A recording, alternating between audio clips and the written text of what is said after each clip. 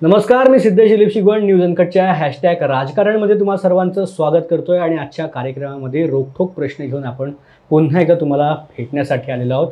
आणि आज रोखठोक प्रश्नांची उत्तरं आपण अशा व्यक्तीकडून जाणून घेणार आहोत ज्यांनी पुण्यामध्ये सलग 3 वेळेला नगरसेवक म्हणून काम केलेलं आहे। पुण्याच्या विकासाबाबत त्यांची दूरदृष्टी आहे। अनेक विकास कामं त्यांनी पुण्यामध्ये केलेली आहेत आणि नुकत्याच झालेल्या लोकसभेमध्ये त्यांनी खासदारकी देखील लढवलेली आहे। असे पुण्यामधील ज्यांची मनसेचे फायर ब्रँड नेते म्हणून ओळख निर्माण झाली होती असे वसंत मोरे आपल्या सोबत आहेत। सर, मनपूर्वक तुमचं न्यूज अनकटमध्ये मी स्वागत करतोय। नमस्कार। जसं मी ओळख करून दिली की पुण्यामधील मनसेचे फायर ब्रँड नेते म्हणून वसंत मोरे यांची ओळख होती। पुण्यामध्ये ज्यावेळेला मनसेचा उल्लेख व्हायचा किंवा बातमी यायची त्यावेळेला वसंत मोरे हे नक्की असायचे। वसंत मोरे म्हणजे मनसे, मनसे म्हणजे वसंत मोरे असं एक समीकरण पुण्यामध्ये निर्माण झालं होतं। ती मनसे का सोडावीशी वाटली? तुम्ही त्याची कारणं बरेच वेळा दिली होती, पण आमच्या प्रेक्षकांना काय असं कारण असेल तुमच्याकडे, काय तुमच्याकडे ते उत्तर आहे की इतक्या वर्षांची ती वाटचाल, ज्या पक्षाकडून तुम्ही 3 वेळेला सतत नगरसेवक देखील झाला होता, राज ठाकरेंवरती तुमचं एवढं जीवापार प्रेम होतं, त्यांची साथ कशी सोडली? त्याची कारणं मी वारंवार समाज माध्यमांवरती मांडलेली आहेत।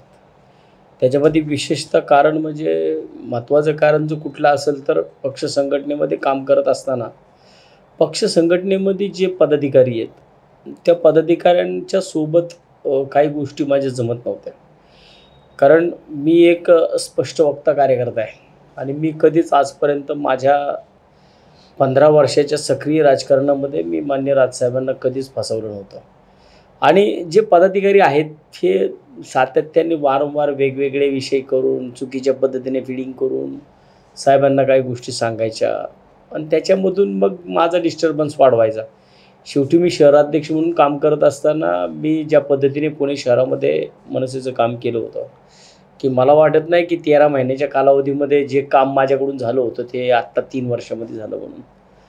आणि शेवटी कसं असतं की संघटना म्हटलं की कोणत्याही परिस्थितीमध्ये निवडणुका लढल्या गेल्या पाहिजेत आणि जर तुम्ही निवडणुकाच लढणार नसताल तर मग कार्यकर्ते मोठे कसे होणार?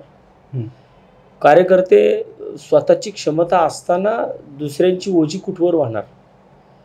आणि जी काय माझी क्षमता होती विधानसभेची 2019च्या विधानसभेमध्ये सुद्धा महाराष्ट्र नवनिर्माण सेनेकडनं मी निवडणूक लढवली, परंतु त्यावेळेससुद्धा ज्या भूमिका होत्या की विशेषतः कोथरूड भागामध्ये ज्यावेळेस पक्षाने निवडणूक लढवली 2019ला त्यावेळेस कोथरूडमध्ये उमेदवार किशोर शिंदे होते। मग किशोर शिंदे उमेदवार कोथरूडमध्ये असताना किशोर शिंदेंच्या इथं राष्ट्रवादीकडनं पाठिंबा घेतला गेला। बाजूच्याच खडकवासल्यामध्ये राष्ट्रवादीला पाठिंबा दिला गेला आणि बाजूच्याच हडपसर विधानसभेमध्ये मला राष्ट्रवादीच्या विरोधात लढावं लागलं। मग कदाचित ह्या भूमिका माझ्यासुद्धा इथल्या मतदारांना पटल्या नाहीत, परंतु मला वाटत होतं की कायम सातत्याने आपण निवडणुका लढल्या पाहिजेत म्हणून मी परत एकदा 2019च्या नंतरनं महानगरपालिका ही पुढे गेली। 2019 ते 2024 या कालावधीमध्ये 22ला महानगरपालिका होणं गरजेची होती, परंतु ती 22ला महापालिका झाली नाही आणि परत 24ला लोकसभा आली। मग त्या टायमाला 2 वर्ष 1.5 वर्ष अगोदर जे काही प्रयत्न चालू होते त्या प्रयत्नांमध्ये सातत्याने शहरामध्ये सांगितलं जात होतं सगळ्या नेत्यांकडून की आपल्याला निवडणुका लढायच्यात।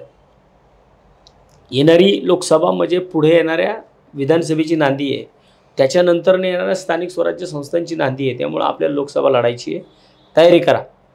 वर्ष 1.5 वर्षाची तयारी करण्यात आली आणि अचानकपणे निवडणूक लोकसभेची लागल्यावरती सांगण्यात आलं की आपल्याला निवडणूक लढायची नाही। म्हणून माझा त्या गोष्टीला विरोध होता की मी जी भूमिका मला पक्षाने सांगितली होती की निवडणूक लढायची आहे म्हणून मी तयारी केली होती, पण मी तर पक्षाकडे काय मागणी केली नव्हती। मी फक्त पक्षाकडे माझी प्रामाणिकपणे मागणी एवढीच होती की आपण निवडणुका लढल्या पाहिजेत।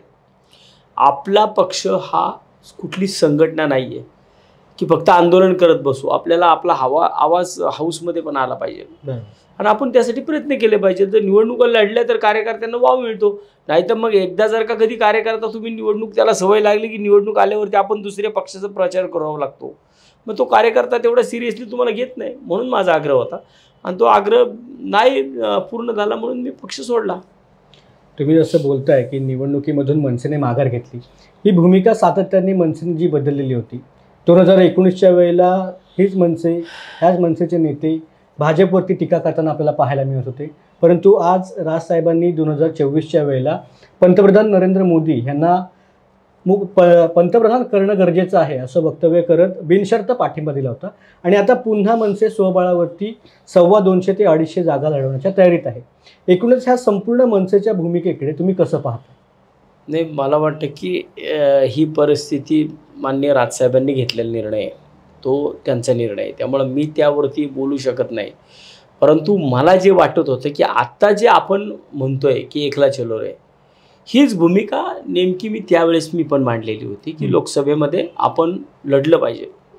परंतु त्यावेळेस नेमकं निवडणूक नाही लढली गेली. आता जो साहेबांनी निर्णय घेतला असेल तो सर्वस्वी त्यांचा निर्णय आहे, त्यामुळं आता तो त्यांनी का घेतला, कशाकरता घेतला, याच्यावरती मी नाही बोलू शकणार. तुम्ही लोकसभा निवडणूक लढवलीत, परंतु लोकसभा निवडणुकीमध्ये तुमचा पराभव झाला होता. हा पराभव तुम्ही कसा बघता की जे काम तुम्ही केलं होतं, जे पुण्याच्या विकासाचं विजन तुम्ही मांडवतात, लोकांपर्यंत ते पोचलं नाही, काय ह्याच्या मागची कारण आहे? नाही, त्याच्यामध्ये 2-3 प्रामुख्याने कारण आहेत. एक तर पुणे लोकसभेमध्ये माझं स्वतःचं मतदान नाही आहे आणि पुणे लोकसभेला माझा स्वतःचा मतदारसंघ पण नव्हता. मी जिथं राहतो तो शिरूर लोकसभा आहे. शिरूर लोकसभा, त्याच्यानंतर बारामती लोकसभा आणि मग पुणे लोकसभा. माझं कार्यक्षेत्र हे शिरूर लोकसभेमध्ये येतं. आत्ताचं जर कार्यक्षेत्र पाहिलं ते बारामती लोकसभेमध्ये येतं. म्हणजे माझा जो मतदारसंघ आहे हा शिरूर, बारामती, पुणे ह्या 3 लोकसभा मतदारसंघामध्ये येतो. त्याच्यामध्ये जास्तीत जास्त तो येतो तर बारामती लोकसभेत येतो, शिरूर लोकसभेमध्ये येतो आणि पुणे लोकसभेला अतिशय थोडासा भाग आहे. परंतु तो आत्ताच्या ह्या पंचवार्षिकमध्ये नव्हता. आणि मी इथून पुणे शहरामध्ये गेलो होतो निवडणूक लढण्यासाठी. त्यामुळं मला असं वाटतं की मला 34,012 लोकांनी मतदान केलं आहे, जिथं स्वतःचं मत नव्हतं. माझं स्वतःचं मत नसताना, माझा प्रभाग नसताना, माझ्या नागरिकांची मतं नसताना सुद्धा मला 34,012 मतं म्हणजे ही एक चांगली फिगर आहे. आणि ते पण एकट्याच्या जीवावरती. माननीय बाळासाहेब आंबेडकरांनी मला एक सभा दिली, परंतु एक सभा म्हणजे संपूर्ण निवडणूक होऊ शकत नाही. बरोबर.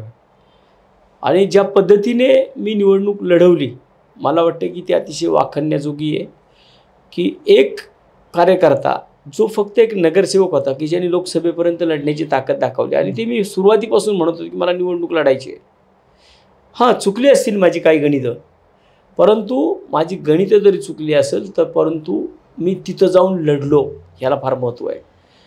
की काही लोक माझ्यावरती बोलतात की ह्याने असं केलं. मला वाटतं की घरात बसून ह्या सगळ्या गोष्टी बोलणं खूप सोपे असतं, म्हणजे प्रत्यक्षात रणांगणात उतरावं लागतं.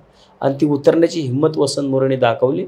आणि मला वाटतं 34,012 म्हणजे आज पुणे शहराच्या एक नगरसेवक, सिंगल नगरसेवकाचं मतदान घेतलं तर 8 ते 8.5 हजाराचा नगरसेवक पुणे शहरामध्ये निवडून येतो. आणि मला 34,000 मतं आहेत, म्हणजे 4 नगरसेवकांचं मतदान माझं स्वतःचं मतदान नसताना मी पुणे शहरात जाऊन घेतलं आहे. याच्याकडे आपण पॉझिटिव्हली पाहिलं पाहिजे. आणि शेवटी निवडणूक आहे, हारजीत चांगले मोठे मोठे पडलेत, त्यांनी काय करायचं. मी तर नगरसेवक होतो, नगरसेवक होऊन मी लोकसभेला लढण्याची डेअरिंग केली. त्यामुळे मला वाटतं की यश कदाचित काहीतरी याच्यामधनं शिकण्याजोगं असेल ते मी शिकलो आहे बरंच काही. आणि मला वाटतं की येणाऱ्या विधानसभेमध्ये, येणाऱ्या महानगरपालिकांमध्ये मी त्याच्यातून ज्या काही गोष्टी शिकलो ना त्या मला पॉझिटिव्हली. आता मला 6 विधानसभा मतदारसंघात मी निवडणूक लढवलेली आहे. आता 6 विधानसभा मतदारसंघामध्ये मी इथं राहतो, इथून 35 किलोमीटर वडगाव शिर्डीला जावं लागतं. शेवटचं टोकलोगाव मी तिथपर्यंत पोहोचलो. तर मला वाटतं की हे सोपं नव्हतं आणि मी ते सोपं करून दाखवलं. पण प्रश्न हाच परत उपस्थित होतो की तुमचं तसं म्हणालात की तुमचं स्वतःचं मतदान या मतदारसंघामध्ये नव्हतं. अनेक राजकीय विश्लेषकांनी देखील हेच मत व्यक्त केलं की वसंत मोरे यांनी विधानसभा ट्राय करायला पाहिजे होती, ते लोकसभा का ट्राय करत होते. काय ह्याच्या मागचं गणित होतं की आपण लोकसभा लढवली पाहिजे, काय विचारधारा होती? मी फार हट्टी माणूस आहे. मला एखादं डोक्यात बसलं ना की मग मी तो कार्यक्रम करतोच. मला जर 1.5 वर्षापासून सांगण्यात येत होतं की लोकसभा लढायची. माझी पूर्ण तयारी झालेली होती आणि मला पण आजमावायचं होतं स्वतःला की आपण जर आपल्या मतदारसंघात नसताना आपल्याला किती मतं पडतात. की मागच्या पंचवार्षिकमध्ये, त्याच्या अगोदरच्या पंचवार्षिकमध्ये, मग 2009 असेल, 2014 असेल, 2019ला तर मनसे लढलेले आहे. परंतु 2014 आणि 2019 ह्या 2 लोकसभा जर आपण पाहिल्या तर एका लोकसभेला 75,000 अख्खा पक्ष. स्वतः साहेब दुसऱ्या निवडणुकीला 93,000 अख्खा पक्ष स्वतः साहेब. आणि जी तिसरी निवडणूक झाली तिथं 2019 आम्ही लढलो नाही, परंतु 2024च्या निवडणुकीला एकटा वसंत मोरे आणि 34,000. त्यामुळं मला वाटतं की मी ज्या पद्धतीने निवडणूक लढवली, जी यंत्रणा मी राबवली, आज 700-750 पोलिंग एजंट देणं जोक नव्हता. आम्ही ते पोलिंग एजंट तेवढे दिले. मी सगळ्या गोष्टी, मी कोपरा सभा केल्या, मी पदयात्रा केल्या. या 10 दिवसाच्या कालावधीमध्ये मी 56 किलोमीटर चाललो. आणि मला वाटतं की हे सगळं मी करत असताना माझी विधानसभेची रंगीत तालीम त्याच्यामध्ये चालू होती. आणि त्या लोकसभेच्या याच्यामध्ये मी विधानसभेची माझी रंगीत तालीम करून घेतली आहे. तुम्ही आता बोललात की विधानसभेची तुम्ही रंगीत तालीम केली होती. विधानसभेसाठी तुम्ही आता पुन्हा एकदा घर वापसी केलेली आहे असं तुम्ही म्हणताय की तुम्ही शिवसेना उद्धव बाळासाहेब ठाकरे गटामध्ये पुन्हा एकदा गेलेला आहात आणि त्याच पक्षामध्ये तुम्ही तुमच्या राजकारणाची सुरुवात केली. शिवसेनेपासून तुमची राजकारणाची सुरुवात झाली. कसं पाहताय की आता ह्या पक्षामध्ये परत तुम्ही गेलेला आहात? काय पाठिंबा मिळतोय, कशा पद्धतीची तुम्हाला मदत होते आणि विधानसभा लढवायचं तुम्ही जे स्वप्न आता पुन्हा एकदा बघताय, विचार जो चालू आहे, कोणती विधानसभा क्षेत्र तुमच्या डोळ्यासमोर आहे? आता मला माननीय उद्धव साहेबची जबाबदारी देतील. कसं की आता काही शिवसेना ही एकटी लढत नाही आहे. शिवसेना ही महाविकास आघाडीमध्ये लढती आहे. त्यामुळं महाविकास आघाडीमध्ये शिवसेनेच्या वाट्याला जी जागा येईल, मग ती खडकवासला असेल. माझ्यासमोर 2-3 मतदारसंघ आहेत. खडकवासला आहे, हडपसर आहे, पर्वती आहे. 3 विधानसभा मतदारसंघाचा माझ्याकडे वावर आहे माझ्या भागामध्ये. पुरंदरसुद्धा आहे, परंतु पुरंदर हा शहरी भागामध्ये येत नाही.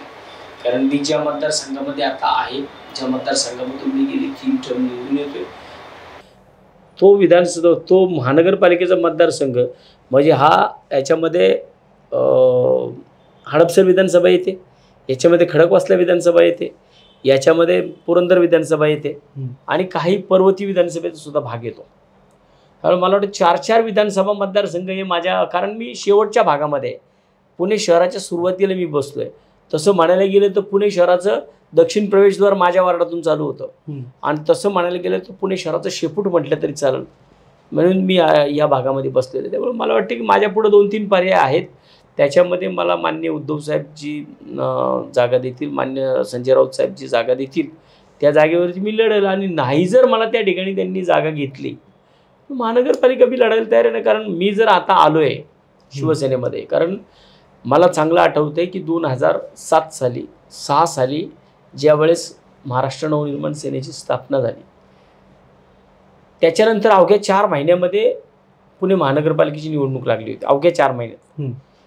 परंतु माझं जे अगोदरच्या 5 वर्षाचं फाउंडेशन होतं, म्हणजे मी तसा 1992 पासूनच शिवसैनिक आहे. म्हणजे माझ्या कॉलेजच्या जीवनामध्ये मी 12वीला शाहू कॉलेजला भारतीय विद्यापीठामधनं पास झालो आणि फर्स्ट इयरला मी शाहू कॉलेजला ॲडमिशन घेतलं. तिकडे मी कॉलेजला ॲडमिशन घेतलं आणि इकडे मी शाखा प्रमुख ॲडमिशन घेतलं. दोन्ही एकाच टाईमला घेतलेलं. 92-93ला मी इथे शाखा प्रमुख होतो. त्यामुळे मी तेव्हापासून तर अगदी माझं राजकीय जीवन चालू होईपर्यंत मी शिवसेना या पक्षात कार्यरत होतो. आणि ज्यावेळेस मान्य राजसाहेबांनी महाराष्ट्र नवनिर्माण सेनेची स्थापना केली, त्यावेळेस मी पुण्यातला फादर बॉडीमधला पहिला कार्यकर्ता होतो की ज्याने उपविभाग अध्यक्षाचा राजीनामा दिला होता. आणि मी तो राजीनामा देऊन मी डायरेक्ट मनसेमध्ये साहेबांसोबत गेलो. त्यामुळे मला वाटतं की जी जबाबदारी शाखा प्रमुख असताना मी घेतली होती, ती जबाबदारी मला परत जरी आता दिली तरी मी ती जबाबदारी घेईल. विधानसभा असेल, महानगरपालिका असेल, ज्या ठिकाणी मला लढायला सांगितलं जाईल त्या ठिकाणी मी लढेल. तुमच्या बोलण्यातून आता पुन्हा एकदा राजसाहेबांबद्दलचं प्रेम हे दिसून येते. तुम्ही प्रत्येक वेळेला आदराने साहेबांचं नाव घेत आहे. पक्ष सोडून गेल्यानंतर राजसाहेबांबरोबर कधी बोलणं, कधी भेट वगैरे असं काही झालं? नाही झालं. परंतु बघा, माणसाचं कधी आयुष्यामधलं पहिलं प्रेम असतं, तो माणूस कधी आयुष्यात विसरत नाही. आणि राजकीय जीवनातलं माझं पहिलं प्रेम राजसाहेब होते, की या ठिकाणी मी ज्यावेळेस शिवसेनेमध्ये काम करत होतो ना, त्यावेळेस 2002 साली ज्यावेळेस मी या भागामध्ये शिवसेनेमधून इच्छुक होतो मी नगरसेवक पदाला 2002 साली. त्यावेळेस मी मला वाटते जेमतेम 26-27 वर्षाचा होतो, परंतु मी इच्छा व्यक्त केली होती. त्या टायमाची कार्ड कमिटीमध्ये शिवसेनेचे रामभाऊ पारीख असतील, आप्पा अमराळे असतील, प्रकाश देवळे साहेब असतील, या सगळ्यांकडे मी तिकीटची मागणी केली होती. परंतु त्यावेळेस माझ्यावरती एक शिक्का होता, राजसाहेब ठाकरेंचा दक्षिण पुण्यातला कार्यकर्ता. मग त्यामुळं वाटतं कदाचित मला ते डावललं गेलं होतं असं त्यावेळेसची लोक म्हणायची, तू साहेबांचं हे करू नको, असं होईल तसं होईल. माझं निस्सीम प्रेम होतं, आहे, राहील आयुष्यामध्ये. पण शेवटी बघा, राजकारण आणि एखादी व्यक्ती तुम्हाला आवडणे, ह्या दोन वेगळ्या गोष्टी आहेत. राजसाहेबांच्या ज्या काही गोष्टी होत्या त्याच्यावरती आयुष्यभर प्रेम राहील. परंतु कार्यकर्ते जे पुण्यातले लोक आहेत ना, काय की जे मिसफिडिंग ज्याला आपण म्हणतो, जे मिसफिडिंग साहेबांना केलं जात होतं माझ्या बाबतीमध्ये, माझ्या वागणुकीच्या बाबतीमध्ये, की वसंत मोरे असाच आहे, वसंत मोरे तसाच आहे, मला वाटतं या गोष्टींकडे जर साहेबांनी बारकाईने लक्ष दिलं असतं तर आज ही वेळ आली नसती.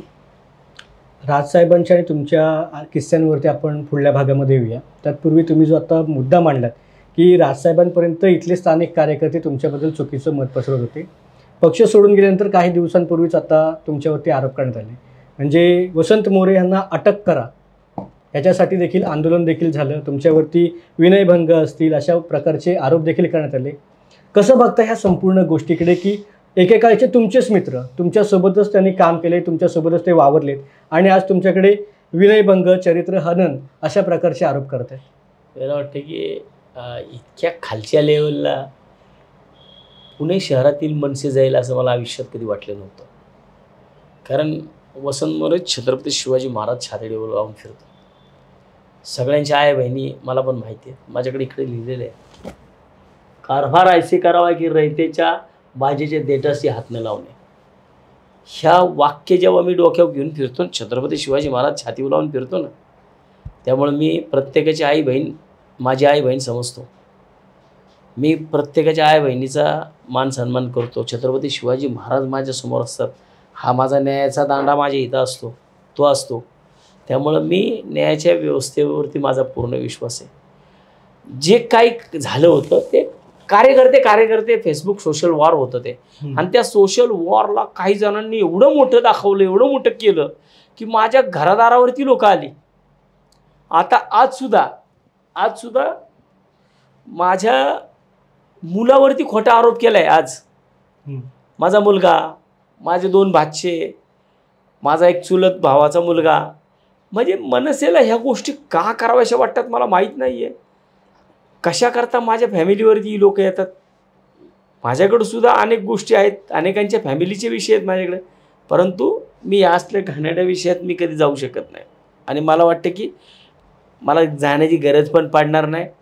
मला आज परत माझ्या मुलाचा काही संबंध नसताना माझ्या सिंहगड पोलीस स्टेशनवरती माझ्या पोराच्या नावाचा अर्ज झाला आहे की रुपेशनी असं. मी प्रूव्ह करा ना, वसंत मोरेंनी विनयभंगाचा काय प्रकार केला आहे दाखवून द्या. वसंत मोरेला अटक करा. बरं, वसंत मोरेलाची मर्डर करायची तुम्ही सुपाऱ्या देताय, तुम्ही फोन करायला लावताय लोकांना, रात्रीचे फोन करताय 12-12, 1-1 वाजता लोकांना, मला 25-25 फोन करायला लावताय. का तर माझ्या हातनं काहीतरी घडावं, माझ्या मुलांच्या हातनं काहीतरी घडावं, माझ्या पुतण्यांच्या हातनं काहीतरी घडावं, माझ्या भाच्यांच्या हातनं काहीतरी घडावं. हे एक प्री प्लॅन्ड केला जातो. आणि ह्या सगळ्या प्लॅनला कारणीभूत मी वारंवार सांगतो की शहराध्यक्ष कारणीभूत याला. कारण शहराध्यक्ष काय आहे मला चांगलं माहिती आहे. त्यामुळे मी काही गोष्टी जर ओपन केल्या ना तर लय जड जातील, लय महागात जाईल त्या गोष्टी. त्यामुळे कुणी काय केलं, कोण कसं वागलं, हे सगळ्या समाजाला माहिती आहे, गावाला, त्यांच्या स्वतःच्या गावाला माहिती आहे. माझ्या गावामध्ये येऊन कोण काय करत होतं, या गोष्टी जर मी ओपन केल्या तर मला वाटतं की तोंड दाखवायला सुद्धा काही लोकांना जागा राहायची नाही. आणि मला त्या मार्गाला जायचं नाही. मला माहिती आहे मी जर आता शिवसेना या पक्षामध्ये गेलो आहे, शिवसेना उद्धव बाळासाहेब ठाकरे या पक्षामध्ये आहे, आणि मी माझ्या पद्धतीने माझ्यावरती जबाबदारी टाकण्यात आली आहे. की जबाबदारीचं भान ठेवून मी काम करतो आहे. त्यामुळे मला हे बाकीचे जे काही नाही, आपलं एक म्हण आहे बघा, हत्ती चले बाजार कुत्ते भुके हजार, या म्हणीप्रमाणे मी चाललो आहे. मला बाकीच्या काही गोष्टींची घेणं देणं नाही आहे. मी माझ्या पद्धतीने माझं टार्गेट ठेवून समोर चाललेलो आहे. त्यामुळे कुणी माझ्यावरती फेसबुकवरती काय म्हणतं, मला फेक अकाउंट काढून कोण शिव्या घालतं, हे सगळं मला माहिती आहे. फेक अकाउंटचे निर्माते कोण आहेत ते पण मला सगळे माहिती आहे. योग्य वेळी ते सगळे बाहेर काढून पुरावण्याशी. रात्री अपरात्री फोन येणं आणि धमकी देणं, तुम्हाला स्वतःला जीवे मारण्याची धमकी देणं, तुमची विकेट टाकणार अशा प्रकारची भाषा करणं, मीडियामध्ये ह्या संपूर्ण ऑडिओ क्लिप व्हायरल झाल्या होत्या. खरंच राजकारण आधीच खालच्या थळाला गेलेलं आहे हे आपण महाराष्ट्राने सगळ्या बघितलेलं आहे. फोडाफोडीचं राजकारण जे काही झालेलं आहे, अनेक घटना राजकीय घडलेल्या आहेत. त्यामुळे राजकारण खूप जो स्तर होता महाराष्ट्राचा तो खाली आला आहे, हा वारंवार आपण बघितलेला आहे. पण पुण्यामध्ये एवढं जी सांस्कृतिक वारसा असलेलं पुणे आहे त्याच्यामध्ये देखील एवढं खालच्याला जाऊ शकतं. अहो, यांच्या क्वालिटीज जर तुम्हाला सांगितलं ना, हे काय करतात. अहो, मित्राच्या हातातले मोबाईल घेऊन कमेंट्स टाकणारे लोक आहेत, मी डोळ्यांनी बघितलेली आहेत. त्यामुळं हे काय कुणाला यांचं नुसतं काय असतं, दिवसभर बसलं ना की पक्षवाढीचे प्रयत्न नसतात. ह्यांचे प्रयत्न कसले, ह्याची खाट टाक त्याची खाट टाक, ह्याला कसा घ्यायचा त्याला कसा घ्यायचा, हां अच्छा त्याने असं केलं का, बघतोच त्याच्याकडं. अरे एवढं करण्यापेक्षा संघटना कशी वाढेल. मला त्या एका विभागाध्यक्ष, कोथरूडच्या विभागाध्यक्षाचं माझ्याकडे चॅटिंग आहे. त्यांनी स्वतः माझ्या संग केलेलं चॅटिंग आहे की ज्या वेळेस पक्षाच्या मीटिंग होतात त्यावेळेस तुमच्या खाजगी आयुष्यावरती बोललं जातं. म्हणजे पक्षाच्या मीटिंगा ह्या पक्ष वाढवण्यासाठी होतात का कुणाच्या खाजगी आयुष्यावर बोलण्यासाठी होतात. पक्ष कुठल्या दिशेला चालला आहे. मला वाटतं की नेतृत्व जे आहेत ना, ह्या नेतृत्वाने ब्रॉड माइंडेड राहिलं पाहिजे, नॅरो माइंडेड नाही होऊन चालणार. संघटना कशी वाढेल, कार्यकर्ते कसे नगरसेवक होतील, त्यांना फिडिंग काय द्यावं लागेल, त्यांना कशा पद्धतीने त्यांना फ्लोमध्ये आणावं लागेल, ह्याच्या बाबतीत मिटिंगा झाल्या पाहिजेत. कुणाच्या खाजगी आयुष्यावर बोलण्यासाठी नाही झाल्या पाहिजेत. किंवा कुणाला ह्याला मी आता इथून सांगतो हे फेक अकाउंट काढतो, ते फेक अकाउंट काढतो आणि त्याच्यावरनं मग त्याला कमेंट्स करायला लावतो, असं जर नेतृत्व जर सांगत असेल ना, तर मला वाटतं मग त्यांचं काय होणार. नक्कीच अजून खूप सारे प्रश्न आहेत. पुण्याच्या विकासाबाबतची प्रश्न आहेत. या प्रश्नांवरती आपण थोड्या वेळाने येऊया. तुर्तास एक छोटासा ब्रेक घेऊया. कुठेही जाऊ नका. ही चर्चा अशीच चालू राहणार आहे. पाहत रहा न्यूज अनकट.